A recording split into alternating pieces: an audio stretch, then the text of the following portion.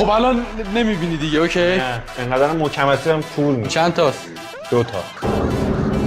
خب اوکی 2 تا بود؟ آره این چند تاست؟ 8 تا. چند؟ 8 تا. این چند تاست؟ یه دونه. بی خیالی ما.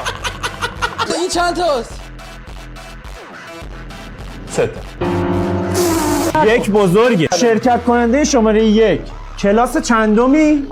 5. خب اگه شما کلاس 5می شعر اول کتاب درس فارسی تو بخون. یادم نیست. یک قطعا بچه است. یک بزرگه. تو اکباتان یه جا هست یه دیوار پر گرافیتیه کجاشه؟ با داداشم یه بار رفتم.